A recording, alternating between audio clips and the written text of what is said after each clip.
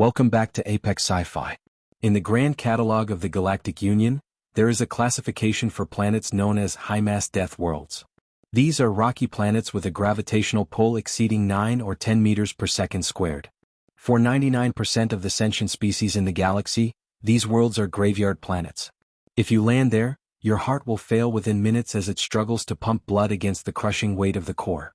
Your bones, evolved in the gentle 0.3 g of a moon or the 0.5 g of a gas giant satellite, will snap under the weight of your own posture.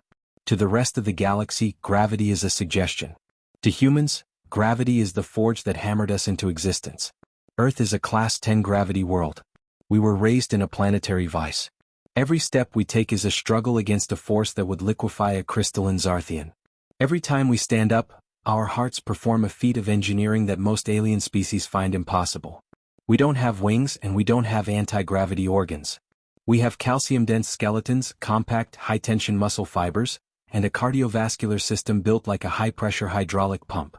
When the Scythery Empire invaded the Sol system, they didn't realize they weren't attacking a race of soft, hairless primates. They were attacking a race of biological springs, wound tight by 4 billion years of crushing pressure. This is the story of why you never fight a human in low gravity. The Scythery were the undisputed masters of orbital assault. They were a tall, lithe species, standing 8 feet on average, with slender limbs designed for the low-gravity spires of their home world. Their technology was unmatched. They wore heavy, gold-plated mechanical exosuits that allowed them to move with terrifying speed in the vacuum of space. When they targeted the human mining colony on the moon of Europa, they expected a slaughter. Europa's gravity is roughly 0.13 g, a playground for the Scythery, and they assumed, a disorienting nightmare for the heavy humans. Commander Valerius of the Scythery Elite Guard led the first wave. As his dropship touched the icy surface, he adjusted his internal stabilizers. The humans will be sluggish, Valerius transmitted to his battalion. Their heavy hearts will struggle with the pressure drop. Their movements will be clumsy as they overcompensate for the lack of weight. Close the distance and eliminate them before they can adjust. The Scythery marched across the frozen plains, their exosuits humming. They saw the human defense line, a small group of soldiers from the United Earth Marines. The humans weren't wearing heavy mechanical suits. They wore thin, flexible vacuum armor. To the Scythery they looked unprotected, defenseless. Valerius raised his plasma lance and gave the order to charge. The Scythery engines flared, pushing them forward in long, graceful leaps. But then the humans moved. It didn't look like a human movement. To Valerius's sensors, it looked like a glitch in the simulation. 1 second, a human marine was standing still behind a barricade. The next he had disappeared. A loud crack echoed across the ice. It wasn't the sound of a weapon. It was the sound of the moon's surface shattering. The human marine had jumped. Back on Earth, that jump would have moved him 3 feet. On Europa, with the strength of a leg muscle evolved to fight 1 g, that marine launched himself 50 meters into the air like a surface-to-air missile. Valerius looked up, his sensors screaming a warning. The human wasn't floating, he was a projectile. The marine came down in the center of the Scythery formation. He didn't use a thermal blade. He just landed. The force of a 100-kilogram human, dense with Earth gravity bone and muscle, striking the ground at that velocity, created a shockwave that buckled the legs of 2 Scythery exosuits. Before the aliens could react, the marine swung his arm. It was a simple punch, a movement a human does 1,000 times in training. But in 0.13 g, the speed of the strike was blinding. The human's fist, backed by a shoulder built to lift heavy weights in high gravity, struck the gold-plated helmet of a Scythery guard. The reinforced alien alloy didn't just dent, it shattered. The Scythery soldier was launched backward, tumbling across the ice for 100 meters like a discarded toy. They are too fast, a Scythery officer shrieked over the comms.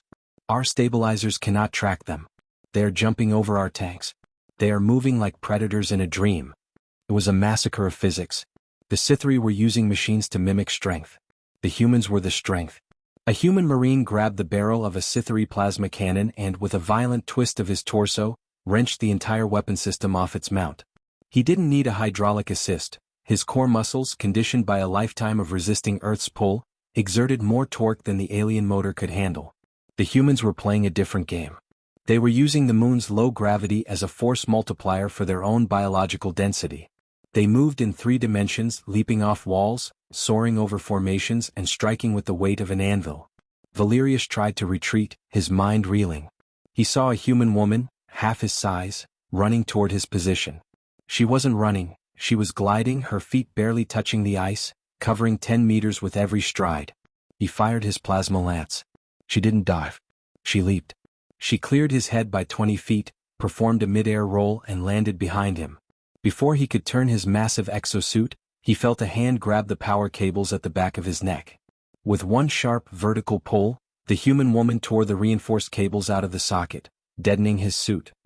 He fell to his knees, the weight of his own armor suddenly becoming a cage. The siege of Europa lasted exactly 42 minutes.